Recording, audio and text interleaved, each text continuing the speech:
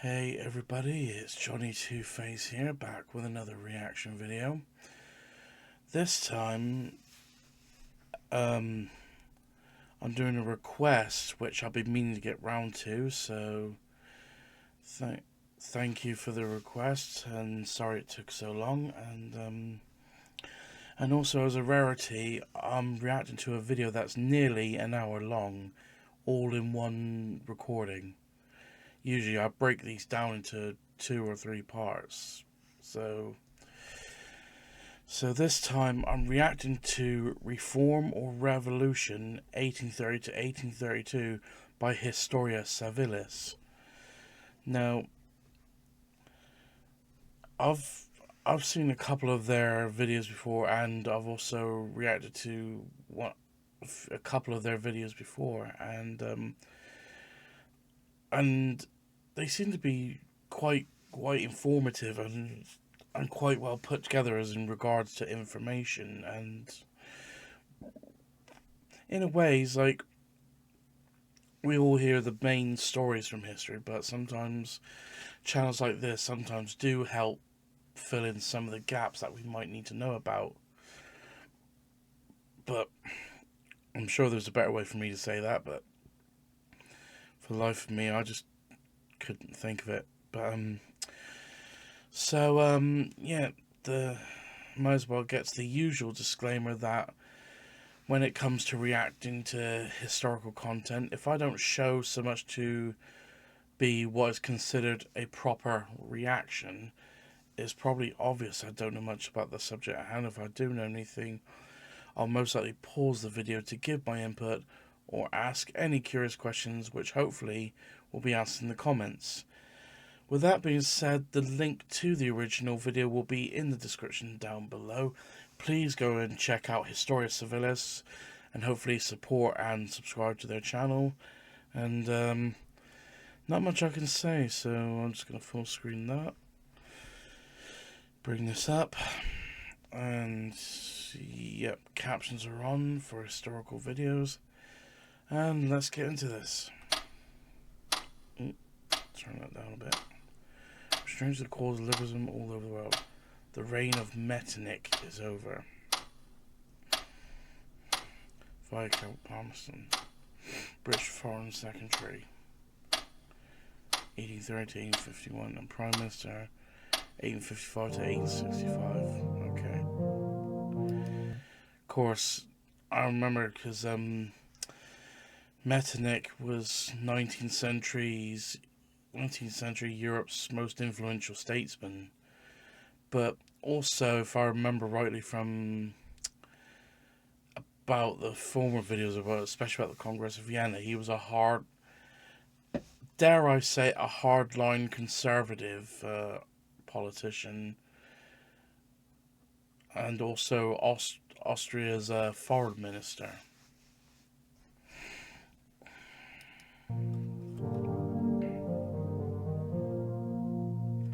In July 1830, the people of France rose up and removed their conservative and autocratic king, establishing in his place a new constitutional monarchy.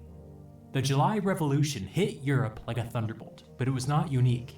Next door, in the Kingdom of the Netherlands, the French-speaking population rose up against the Dutch-speaking government because of all things, a particularly moving opera performance. Within a matter of days, the people were armed, and there were barricades on the streets of Brussels. A month later, Belgium formally declared independence from the Netherlands. It was a civil war.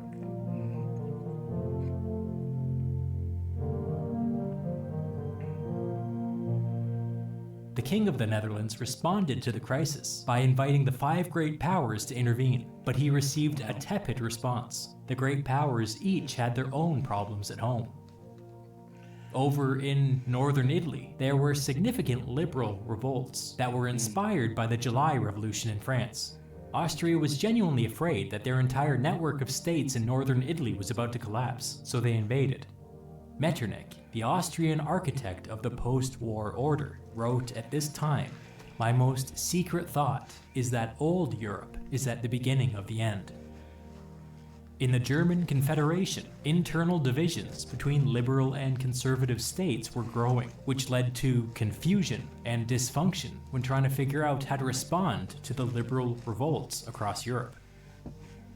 Over in Poland, the Polish army sought to throw off their Russian occupiers and reestablish the Kingdom of Poland as a liberal and independent power. Russia responded with overwhelming force. 120,000 Russian soldiers marched in and crushed the Polish resistance. To the complete horror of all of the great powers, Poland was fully annexed into Russia. Something was going on in Europe, and whatever it was Which there's always been ongoing problems between Poland and Russia. seeping into every great power. Russia was having Poland problems. Austria was having northern... Well, I don't know if I'm being correct in saying that.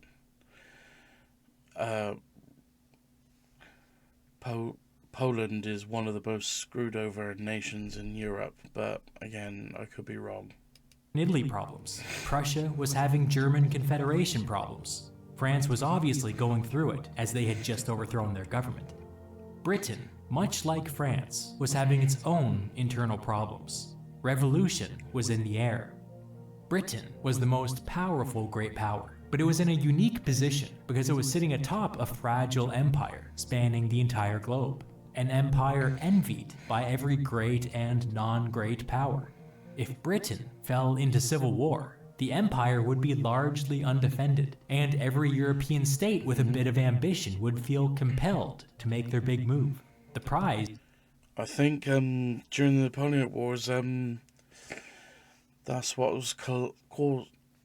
when Napoleonic France invaded Spain, or shall I say occupied Spain, and turned into a war on the Iberian Peninsula, that was the main trigger of the Latin American Wars of Independence. I think because all the Spanish colonies in Central and South America started to vie for independence after Spain fell to the French. Well, fell is probably too much of a harsh word, but Portugal's colony of Brazil, I think, I might have to look that up again, but I'm pretty sure that was their independence was gained more peacefully, but I might have to double check that. This was too great not to. You know what you call it when several great powers attack a bunch of overseas territories at the same time? World War. If Britain fell into civil war, a world war, or a great power conflict would likely consume Europe. But we know that there was not a world war in the 1830s. Nope. How did Britain manage to escape this fate? It's a long and complicated story, but to begin, we have to talk about the death of the king.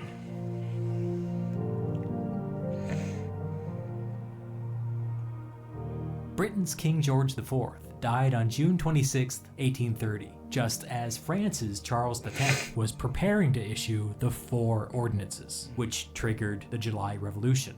The greatest thing that George IV ever did was die at the exact right time. That's a mean thing to say, but the people at the time were way meaner. In their obituary, the Times described their dead king, quote, "the character of which rose little higher than animal indulgence.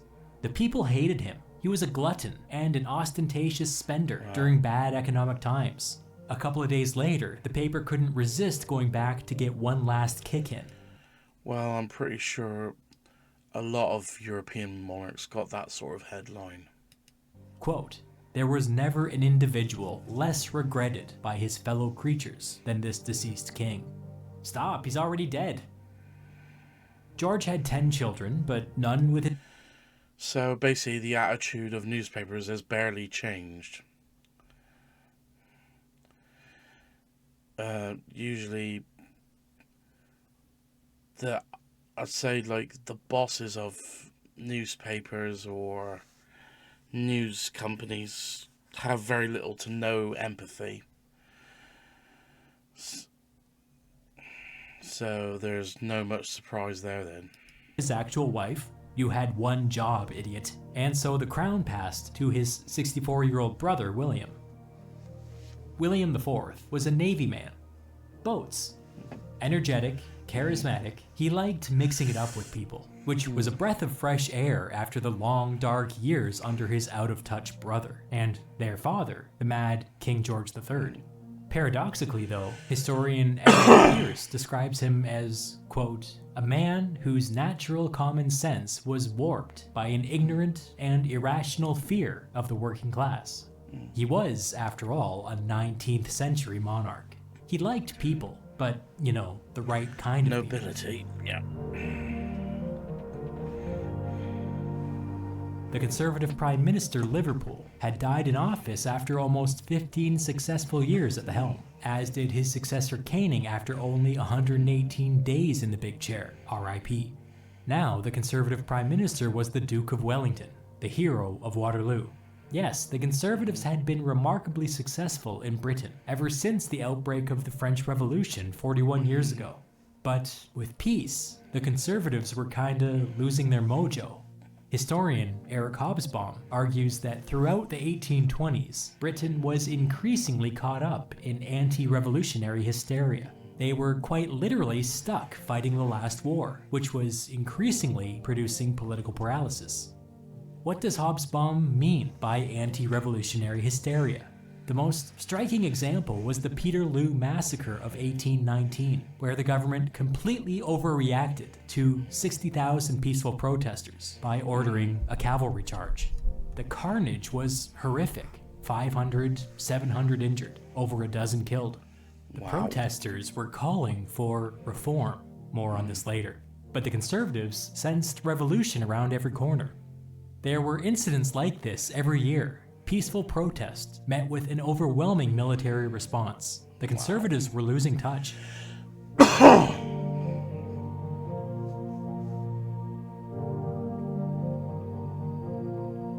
Upon the death of the king, it was standard practice in Britain to dissolve Parliament and call a new election. Voting began on July 29th, which was coincidentally the same day that the French liberals were capturing Paris across the Channel. They would overthrow the government and have a new liberal king within a few days.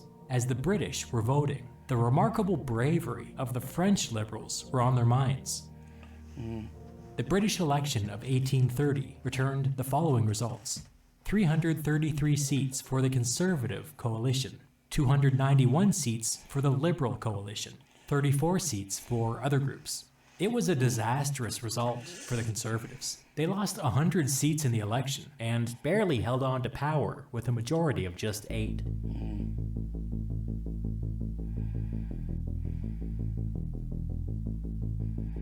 The Liberal coalition was led by a 66-year-old aristocrat named Earl Grey. Yes, that Earl Grey, the tea guy.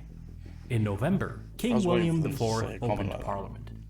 He addressed the political instability across Europe, and in particular the ongoing situation in Belgium. The speech came off as unusually fearful and aggressive, and he made it sound like Britain might try to stabilize things by marching against liberal Belgium. This was new information, and it alarmed every liberal Whig in Parliament. Grey spoke up. He criticized the king for language directly opposite to the principle of non-interference, by which he meant, peace. He continued, "If danger is all around us, the way to go is by securing the affections of your fellow subjects, and by redeeming their grievances. And, my lords, I will pronounce the word, by reforming Parliament." He continued by warning the king that if they stayed on their present course, the instability in Belgium and France and beyond would eventually come home to Britain. The British people had learned one important lesson by watching the July Revolution play out across the Channel in France. They learned that the whole thing was entirely preventable. They learned that rampant authoritarianism makes the state more fragile, and that proactive reform can actually stave off revolution. The Conservative Prime Minister Wellington responded to Grey's speech and said that he disagreed with Grey's analysis. referencing the domestic unrest of the past decade. He accused the Whigs of whipping up the people for political gain. An insane thing to say. The Conservatives were in the habit of ordering the military to attack peaceful protesters, and that was the Whigs' fault? Insane. The protests were happening for a reason. The people were... Bear in mind the Duke of Wellington, Arthur Wellesley, was an aristocrat. Angry and demanding real reform after 40 years of mostly conservative rule. The mood out in the country was real. But Wellington didn't want to see that. He said that reform opened the door to revolution, and that it was therefore his duty to resist reform in any form. This was a radical position to take, even for a conservative, and many of his fellow Tories were surprised and worried at the government's rigidity.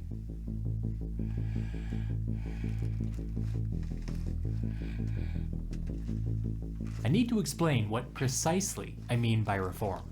Obviously, it meant modernization and liberalization, but in the context of the early 19th century, it also had a much more specific meaning. Reform, with a capital R, meant reforming the British electoral system.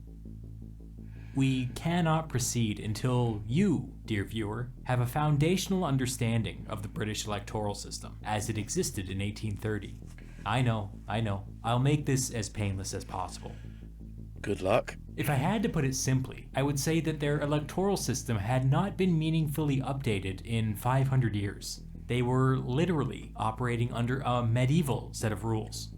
To take the most egregious example, the constituency of Sarum, which was just an unbroken stretch of wilderness, sent 2 members of parliament to Westminster. The MPs represented by some counts literally 7 people. There had once been a medieval city here, but it had been abandoned in the 1200s. But the British electoral system ignored that fact. City or not, their political representation remained the same. Another example was Dunwich, which had once been a large medieval town. Over the years, erosion had caused 90% of the town to fall into the sea, but because of Britain's medieval electoral system, Dunwich still elected 2 members of parliament. This generated an astronomical amount of corruption. For example, just 21 voters on the Isle of Wight elected 2 MPs. Every election, the local aristocrats collected huge bribes and then would go around and tell the 21 voters who to vote for. After the election, the aristocrats would check the ballots and punish anybody who did not vote as instructed. This was an extreme example, but versions of this happened all over the country. The corruption was so extreme in some cases that the right to vote was rendered meaningless. All of this was perfectly legal, by the way. Aristocrats openly bragged about how their electoral corruption generated a nice passive income. There was another issue. The Industrial Revolution had fundamentally changed Britain. The great northern industrial cities of Manchester, Birmingham, Leeds, Glasgow, and others did not exist 500 years ago, or if they did, they were tiny. Now these cities were booming. They were the economic engine driving Britain into the 19th century. But they had nobody representing them at Parliament. The uninhabited wilderness around the abandoned city of Sarum had political representation. The sea that swallowed the town of Dunwich had political representation. But the million or so people in the great northern industrial cities did not. Everybody knew that the system was broken. That much was self-evident. The problem was that all of this corruption favored the old conservative aristocracy, and there was no incentive for the conservatives to change it. This was the system that was being protested when the British military attacked 60,000 peaceful protesters at the Peterloo Massacre. Protests continued through the 1820s. It was the cause du jour. It was the popular issue that was alienating the poor and the young, turning them against the rich and the old. But the conservatives couldn't see this. They couldn't see what was happening out in the country. They saw protests, and they only thought of revolution. So when Lord Grey said that he had been a reformer for his whole life, this was what he was talking about. Grey had been arguing for 40 years that Tory political power was built upon a foundation of corruption. He believed that if the electoral system was not reformed, the great northern industrial cities would rise up, July Revolution style, and demand a seat at the table. If that happened, the whole political order might be overthrown. It was an existential crisis for the country. Prime Minister Wellington, by resisting reform in any form, was making a ridiculous argument. What, England's second largest city was just going to have no political representation at all, not only today, but 100 years from now? Nonsense. Grey was right. It was only a matter of time. Either Parliament got their act together and fixed this broken system, or the people would rise up and fix it for them. Wellington's inflammatory words in opposition to reform elicited an immediate response from the public. There were widespread protests across London. Soldiers had to intervene to defend Wellington's home, which obviously became a focal point of the protests. But unlike the protests of the last decade, these crowds took up a new chant, "No Polignac," a reference to the French Prime Minister that had just been chased out of power by a liberal uprising a few months ago. They were calling Wellington the British Polignac. Interesting. Political insiders began to worry. Wellington's extreme unpopularity may endanger the monarchy. The July Revolution was on everybody's mind. About a third of the Tories in Parliament approached the Whigs and came to a non-specific agreement that some form of incremental reform would be necessary in order to ensure the stability of the state. On November 15th, the Whigs and the moderate Tories brought forward an opposition motion to begin the process of studying what reform in the United Kingdom would even look like. To everybody's surprise, the motion narrowly passed. Prime Minister Wellington had clearly lost control of Parliament. He resigned the next day. Also, protesters got through the soldiers and set his house on fire. Not a good day for old Wellington. With the backing of the moderate Tories, it was clear that the Whigs, under Lord Grey, were the ones setting the legislative agenda. The king asked him to become the next prime minister, and he agreed. Grey knew that he had a monumental task ahead of him. He was already 66 years old, and not in terribly good health. From the beginning of his term, he complained of the immense burden of the office, and of the physical toll that the stress took on his body. Grey's first task as Prime Minister was not an easy one. He needed to get the king on board with what needed to be done. In the 1830s, the British king was still powerful enough to kill legislation if he chose to. It would probably provoke a constitutional crisis, but theoretically he could do it. If Grey was going to do something big and difficult and controversial like reform, the Prime Minister and the king needed to be on the same page. Grey wrote to the king, "The perilous question is that of parliamentary reform, and as I approach it, the more I feel all its difficulty. With the universal feeling that prevails on the subject, it is impossible to avoid doing something, and not to do enough to satisfy public expectation would be worse than to do nothing." The king wrote back. He spoke at length about the political chaos in France and Belgium, which clearly weighed heavily on his mind. He told Grey that even though he found the prospect of reform disturbing, he would support, quote, reasonable reforms. What did reasonable reforms mean? Who knows? But that wasn't a today problem, that was a tomorrow problem. Today, Grey had the green light from the king to proceed.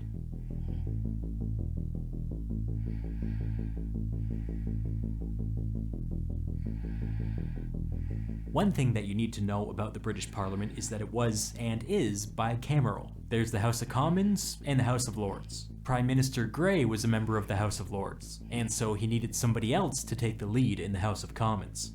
Grey selected rising star Whig politician John Russell to take the lead on writing the Reform Bill. On March the 1st of 1831, Russell introduced his Reform Bill to the House of Commons. During his speech, he took great pains to portray the Whigs as pragmatic centrists who were only doing the reasonable thing of introducing modest and limited reform. This was bull. Russell was like Grey, a lifelong reformer, But as he continued, he sharpened the argument that he wanted to use against the Conservatives. He railed against the vast stretches of wilderness that enjoyed more political representation than the great northern industrial cities. Not only did it make no sense, but it was literally medieval. It was embarrassing for the country, and it was embarrassing that the Conservatives would defend such a system. Russell was bending over backwards to portray his bill as, to quote the king, a set of reasonable reforms. But as the contents of the bill began to be revealed to the House of Commons, eyewitnesses say that the Conservatives looked like they were going to puke. Some of the more radical liberals let out surprised cheers. The truth was that Russell's reform bill was way more radical than anybody was expecting. Russell proposed a massive redistribution of legislative seats across Britain. All constituencies with less than 2,000 residents would lose both of their MPs. No more political representation for uninhabited stretches of wilderness. No more 21 voters on an island getting bullied by local aristocrats. All that stuff would be a thing of the past. These newly freed up seats would be distributed across the great northern industrial cities, finally giving the people in the booming north the right to vote. It sounds simple, but like I said, these changes were radical. These reforms alone would cause over 25% of the current MPs to lose their seats, mostly in the south of England, mostly Conservatives. That's why the Conservatives looked so shaken, and it's why the radical liberals were jumping for joy. It went further than anybody expected. But it didn't stop there. One of the more annoying things about how the system worked now was that each individual constituency got to set its own rules for who did and didn't get to vote. In practice, this meant that in conservative areas, rich people were generally the only ones allowed to vote. Russell proposed opening things up to the middle class by standardizing voting across the country with a modest wealth qualification. The radical liberals kinda threw a fit when they heard the part about the wealth qualification, because that would exclude the poor. But Russell and Grey insisted. After all, they were still 19th century aristocrats. They were interested in opening things up for the middle class, not so interested in the poor. Very ungroovy of them, but that's how it was. Russell had been speaking for over 2 hours, and when he finished, there was pandemonium in the House of Commons. The Tories accused him of pushing not for reform, but revolution. They accused him of trying to dismantle the aristocracy. Russell defended himself. He was only trying to bring the British electoral system out of the Middle Ages. That was all. One Whig MP named Thomas Macaulay rose to speak in Russell's defense. He said, "Our ancestors would have been amazed indeed if they had foreseen that a city of more than 100,000 inhabitants would be left without political representation in the 19th century, merely because it stood on ground which in the 13th century had been occupied by a few huts."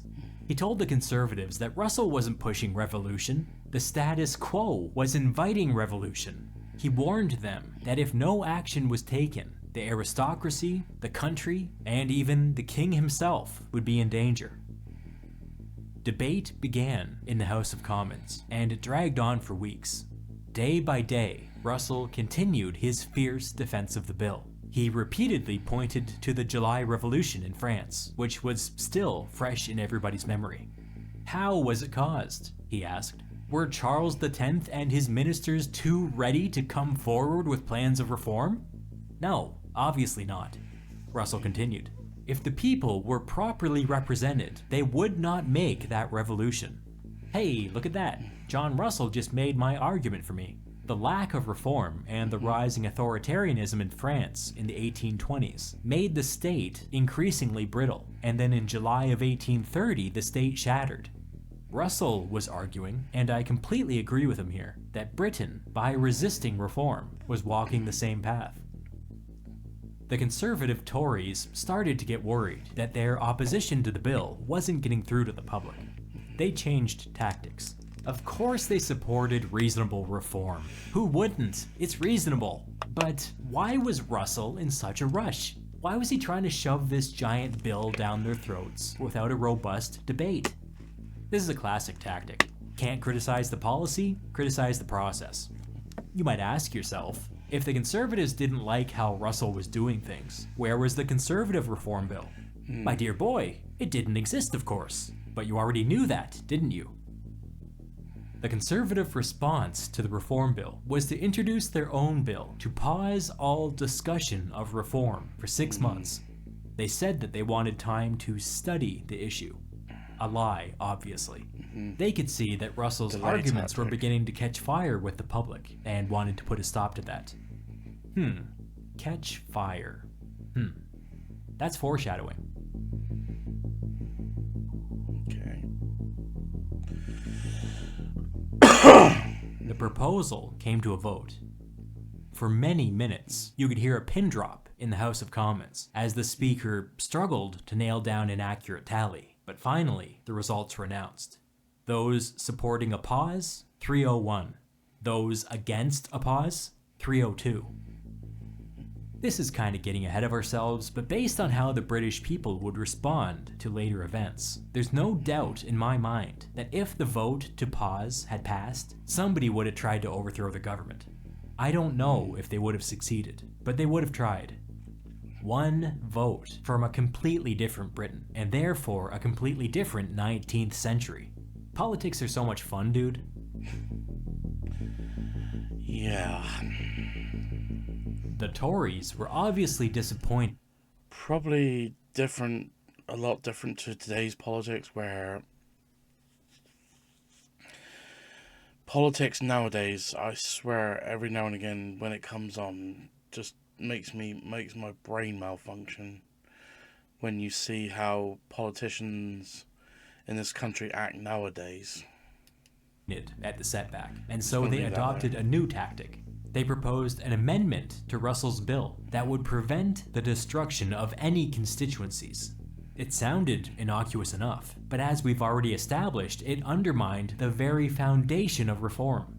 The whole project was centered around destroying overrepresented constituencies in the South and creating new ones in the booming industrial North. If they couldn't achieve this basic redistribution, then the entire reform effort would be reduced to nibbling around the edges. The Conservatives argued that this amendment was a very minor compromise that would make everybody happy. What they weren't saying was that it would destroy reform. On April 20th, the Conservative amendment came up for a vote. Everyone knew that it would be close. The final tally came in, 299 to 291. It passed. Russell, the mastermind behind the bill, was completely shattered.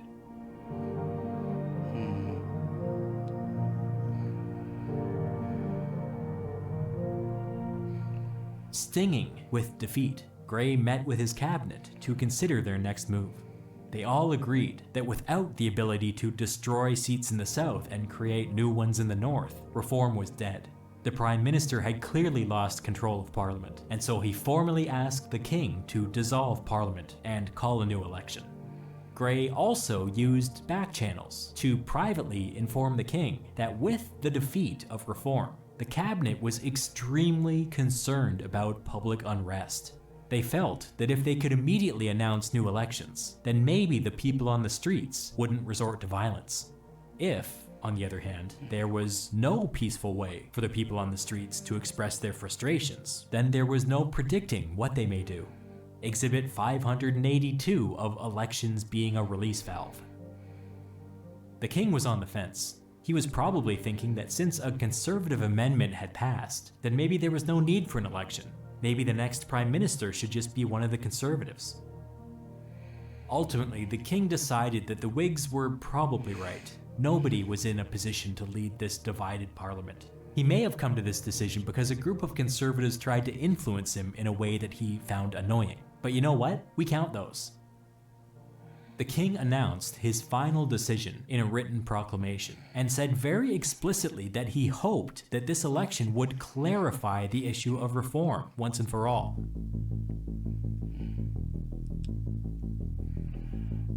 The election campaign kicked off, and the Tories immediately got busy spreading rumors that thousands of poor laborers were refusing to work because the Reform Bill promised that they would never have to work again. Not true, obviously. Propaganda. It was a Conservative fantasy meant to scare middle-class voters. The election results were announced on June 1st, and they were decisive. Grey's liberal, pro-reform faction gathered around 380 seats, while the conservative, anti-reform faction got around 250 seats, maybe a little less. Before, Grey was trying to govern with a liberal minority in the House of Commons. Now, he would have a governing majority of 130 or 140 seats, a result that blew even the most optimistic estimates out of the water.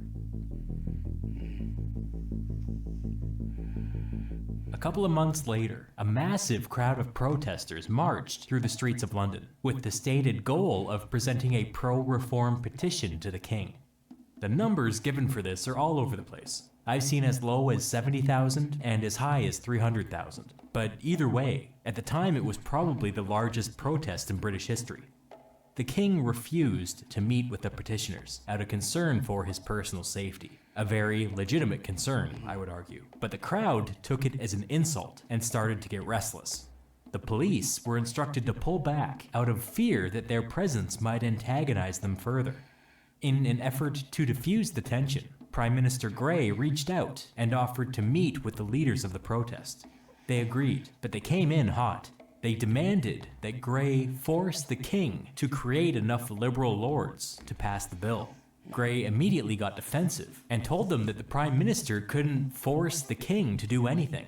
They accused Grey of deliberately watering down the reform bill in order to appeal to conservatives, which Grey, as a lifelong reformer, found personally offensive.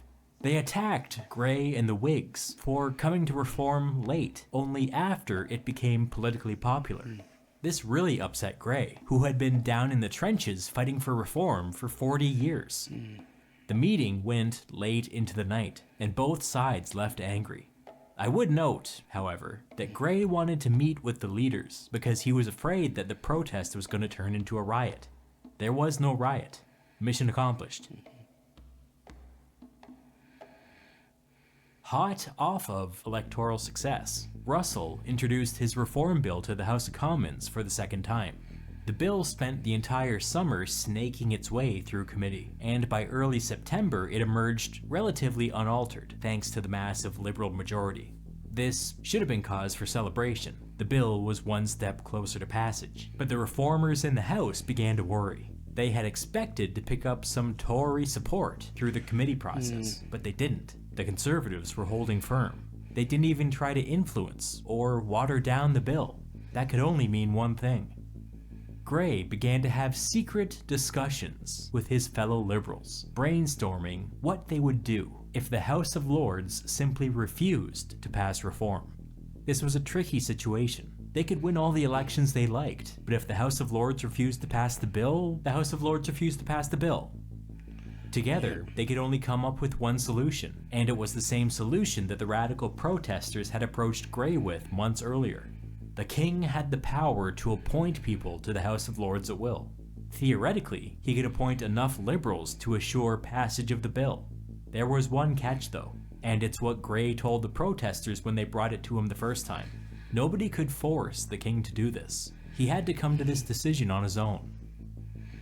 Grey and his inner circle were still debating this issue when the reform bill finally made it out of the House of Commons. 345 for reform. 236 against. It was a decisive victory for the Whigs, but it was a party line vote. Bad sign. Grey and the Whigs were not at all sure how reform would be received in the unelected House of Lords. This was uncharted territory. Surely the recent Whig election would count for something, right? The House of Lords scheduled a vote on reform almost immediately. Uh-oh. 199 against reform, 158 for. It was exactly as the Whigs had feared. The House of Lords had unceremoniously taken the reform bill out back and shot it in the head. It's what the Conservatives had been planning to do all along. Reform was dead.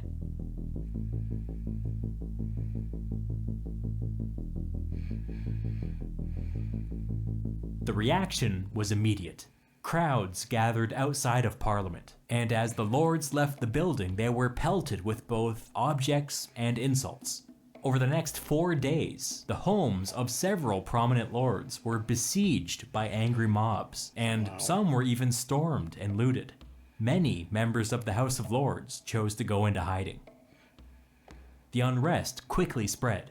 In Bristol, the homes of 45 wealthy families were stormed, looted, and burned, as was the mayor's residence and the local prison. The riots only ended when the British military got involved. Dozens were killed, hundreds wounded.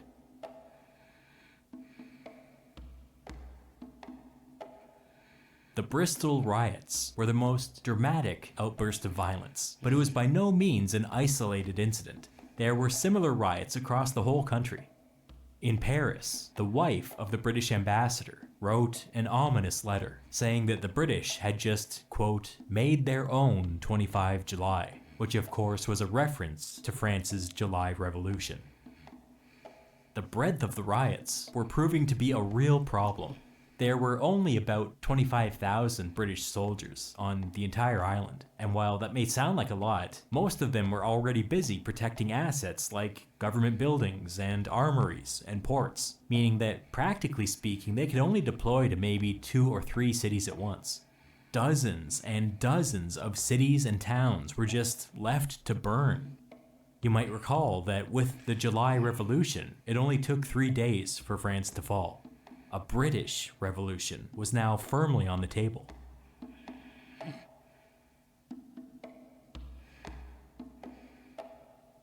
Back in London, the political class was deeply shaken by the violence. Wealthy aristocrats, thinking only of the public good, began stockpiling weapons and hiring private mercenaries to protect their homes. The same idiots that had campaigned against reform were now preparing for civil war.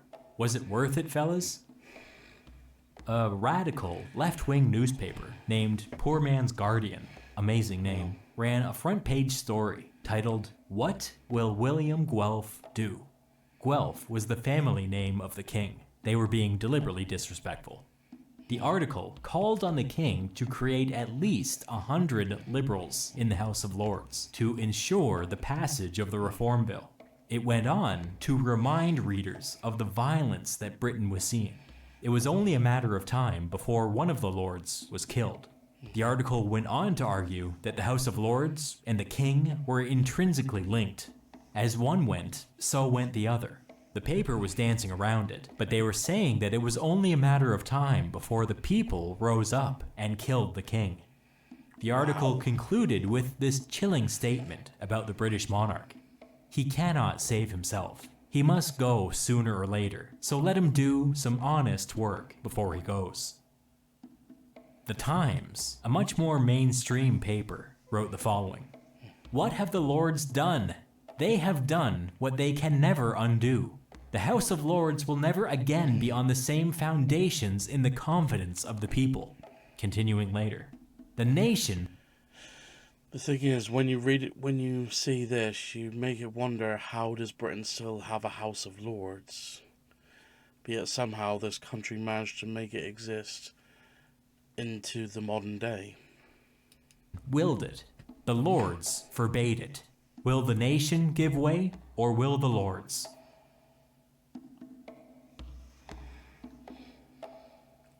Prime Minister Grey took some time to take the temperature of the country, and then informed the king that despite his defeat in the House of Lords, he would not be resigning. He would continue to fight for reform.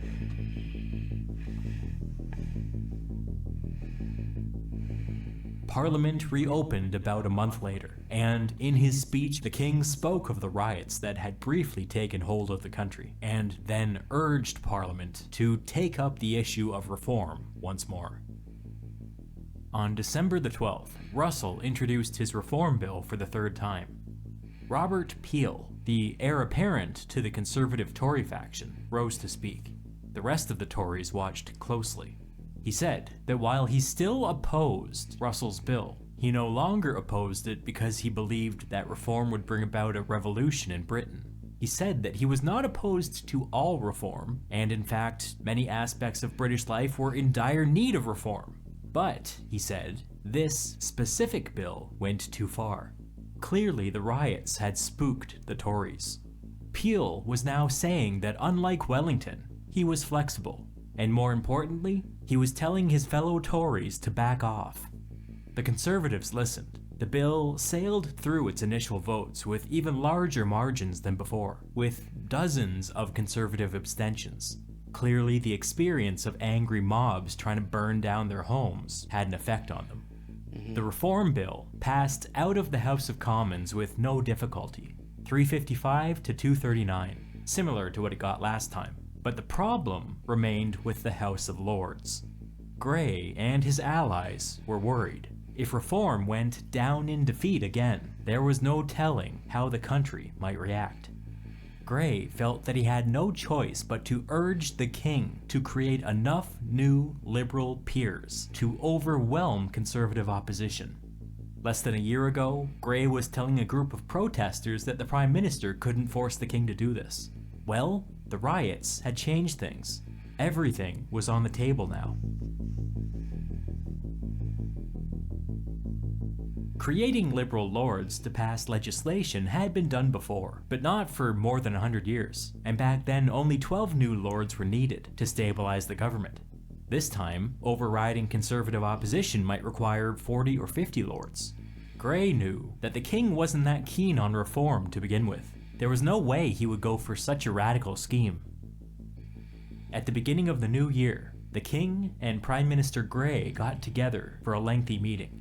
Grey suggested that the king demonstrate his seriousness in the matter of reform by creating 10 or so liberal peers. You will notice, Grey strategically picked slightly less than the 12 created more than 100 years ago, but obviously it was far less than the 40 or 50 needed.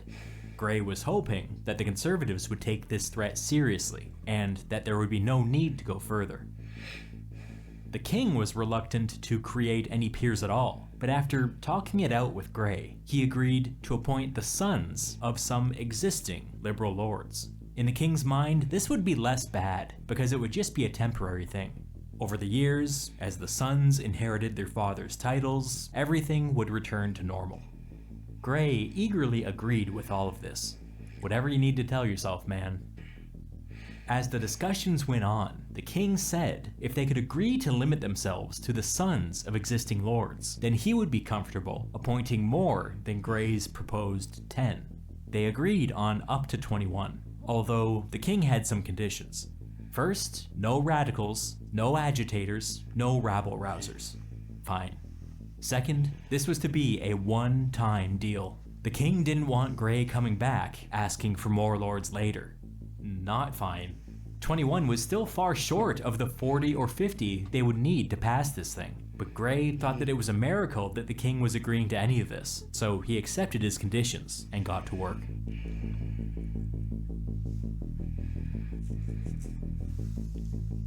By April 4th, the Reform Bill was being hotly debated in the House of Lords. Grey went into the debate with those 21 liberal appointments in his back pocket, but for now, he held off using them. He could only fire that gun once. Maybe the threat alone would be enough. But the public mood was shifting by the day. The Times, not a radical paper by any means, published a piece saying that if this attempt at reform went down, the king should create 70 or 80 liberal lords. The riots had clearly spooked everybody.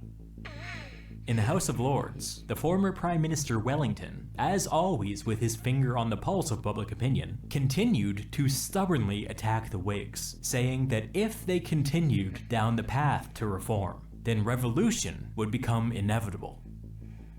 But Wellington was wrong. He had it exactly backwards. The Conservatives in France spent 10 years killing any attempt at reform, and the result was the July Revolution.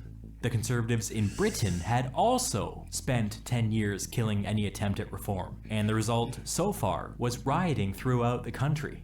It's clear to me that Britain was stumbling blindly into revolution, but Wellington couldn't see that, or perhaps he chose not to. I would say choose not to, because he was a typical aristocrat, despite being one of the greatest generals in the history of the British Army. The Conservatives in the House of Lords tried every procedural trick in the book to delay sending the bill to committee, but ultimately failed. In committee, the Conservative plan was to sabotage the bill by adding a bunch of garbage amendments to it. The Whigs were able to swat away most of the amendments, but to Grey's shock and surprise, a big one got through. The Conservatives appealed to some of the more cowardly Whigs that were worried about their jobs, and successfully attached an amendment to the bill that would delay the redistribution of constituencies to the north for 2 years.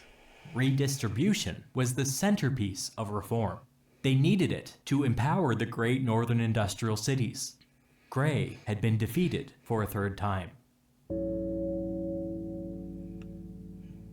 The next day, Grey resigned as Prime Minister.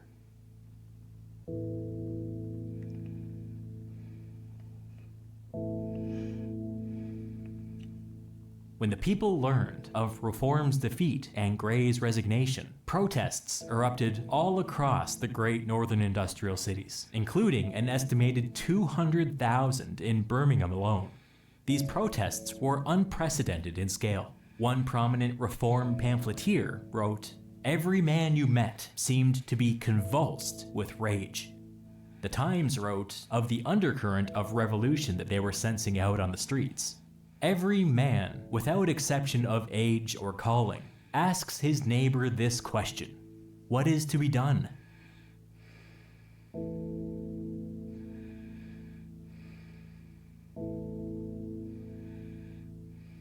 The king invited Wellington to serve as his next prime minister, but told him that for the sake of the country, he expected Wellington to push some version of reform. Wellington told the king that this was one thing he could not do. For the time being, Britain had no prime minister.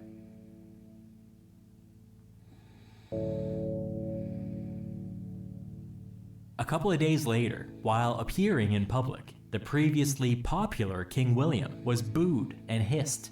Public opinion was turning once more, and this time it would not spare the king. On the streets, a new slogan emerged from the protests: "Stop the Duke, go for gold."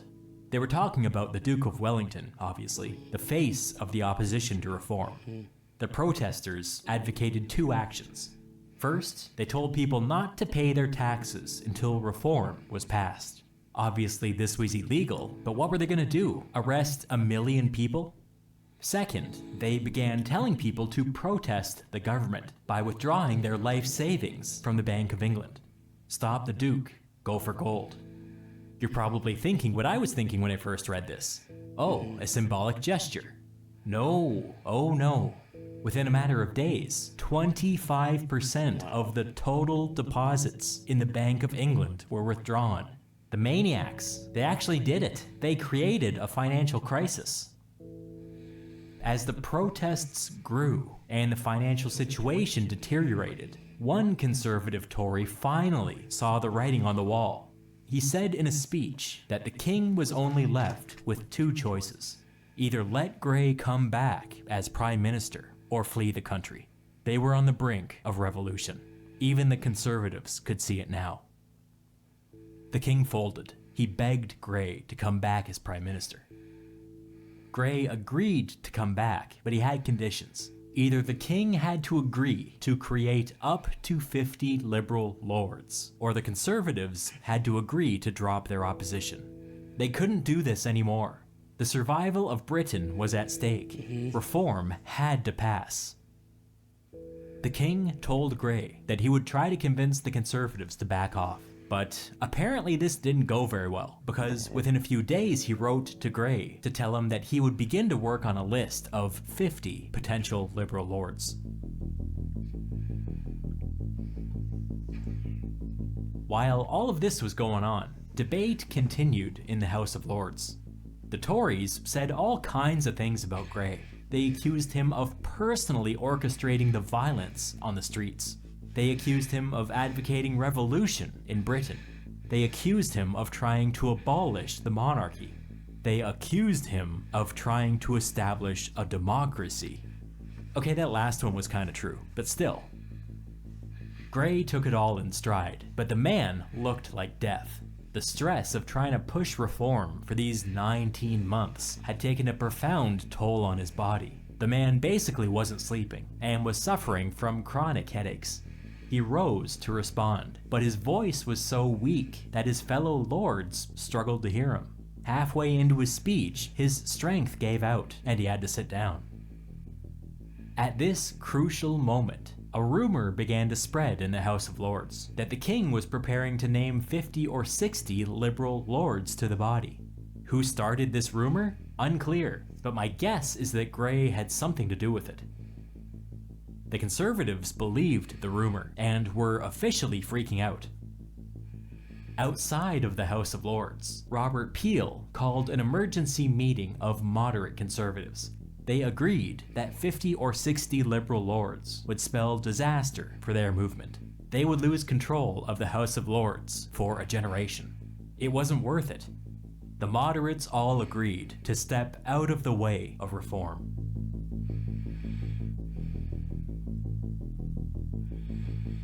On June 4th, reform came up for a final vote in the House of Lords. On that day, the moderate Tories found various ways to be strategically absent from the chamber. Seeing which way the wind was blowing, many hardline Conservatives decided to be strategically absent as well. Perhaps they were thinking back to when their homes had been targeted by rioters. The final vote came in. 106 in favor, 21 against. The Liberal Whigs won. Reform would become law. The British electoral system would leave the Middle Ages. The great northern industrial cities would finally be represented in Parliament. British politics would fundamentally change forever.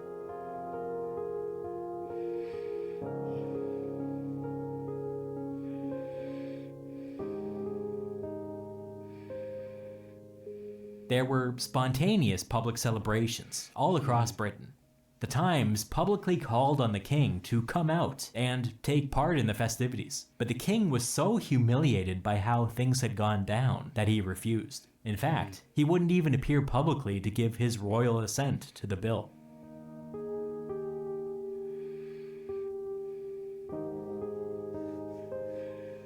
It's important to stop and recognize the bullet that Britain dodged here. There's no doubt in my mind that if Wellington had got his way, there would have been a revolution in Britain. Revolution probably would have meant civil war, and civil war probably would have meant world war, as other great powers would have found Britain's undefended colonies irresistible. That close. Reform saved the most powerful country on earth from ripping itself apart. Historian Monroe Price writes that, quote, "In Britain, the unrepresentative electoral system grew so unpopular that fear of revolution induced the party in office to amend it. Whether or not Britain would actually have been plunged into revolution if the Reform Bill had been rejected is imponderable. I've pondered it plenty, but it can certainly be strongly argued that it would have. Oh, hey, that's me. And that this imminent peril was only averted by the bill's passage."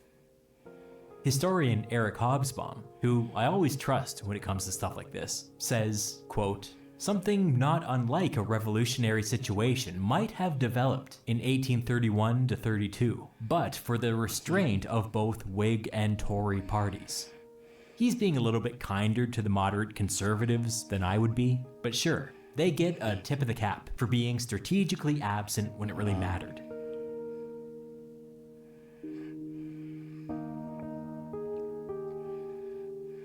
On December 3rd, 1832, the first general election under the new reformed electoral system began. I doubt politicians nowadays would act like this. But then again, weirder things have happened. The first election with representation for Britain's great northern industrial cities. The first election with representation for the middle class. Here were the results. 460 Liberal Whigs and allies of the Liberal Whigs, 159 Conservative Tories, and 38 Irish nationalists. The Liberals won 70% of the seats in the House of Commons, the most one-sided election in British history.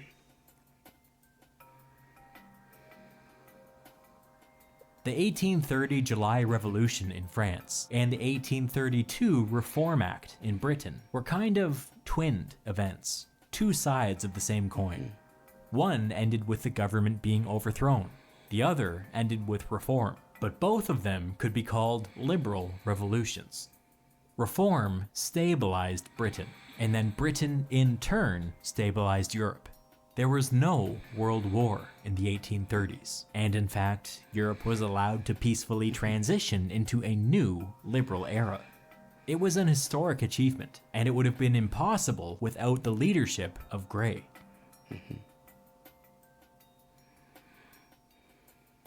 In Newcastle upon Tyne, there's a monument to Prime Minister Grey, built only 6 years after the Reform Act. At its base, it reads, "This column was erected in 1838 to commemorate the services rendered to his country by Charles, Earl Grey, Knight of the Garter, who, during an active political career of nearly half a century, was the constant advocate of peace and the fearless and consistent champion of civil and religious liberty. He first directed his efforts to the amendment of the representation of the people in 1792, and was the minister by whose advice and under whose guidance the great measure of parliamentary reform was, after an arduous and protracted struggle, safely and triumphantly achieved in the year 1832. Opposite this, there's a second inscription. After a century of civil peace, the people renew their gratitude to the author of the Great Reform Bill, 1932. As I'm writing this today, we're approaching 2 centuries of civil peace in Britain. Not bad for a guy who, by all accounts, hated being Prime Minister. Grey had taken an unstable, conservative country and transformed it into a stable, liberal one. No matter what happened next, he was already a significant figure in British political history. But in the aftermath of the crisis, Grey quickly found that reform opened up a whole new world of possibilities. Certain moneyed and illiberal lobbying groups were powerless in the face of actual democratic legitimacy. Now was the time for aggressive legislative action, long overdue. It was the beginning of a new era.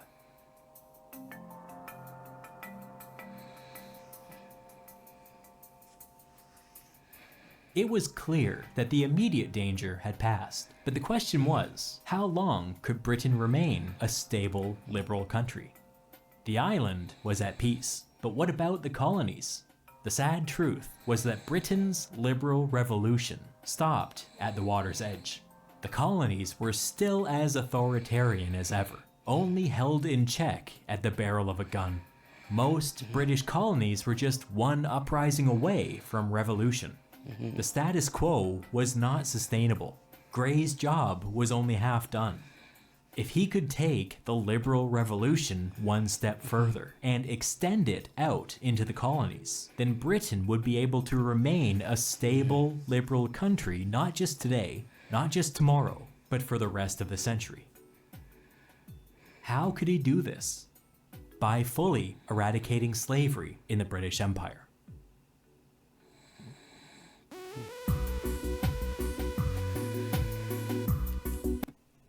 And that'll do it. This has been another interesting video by Historia Civilis. Oh, just take that out of full screen. And,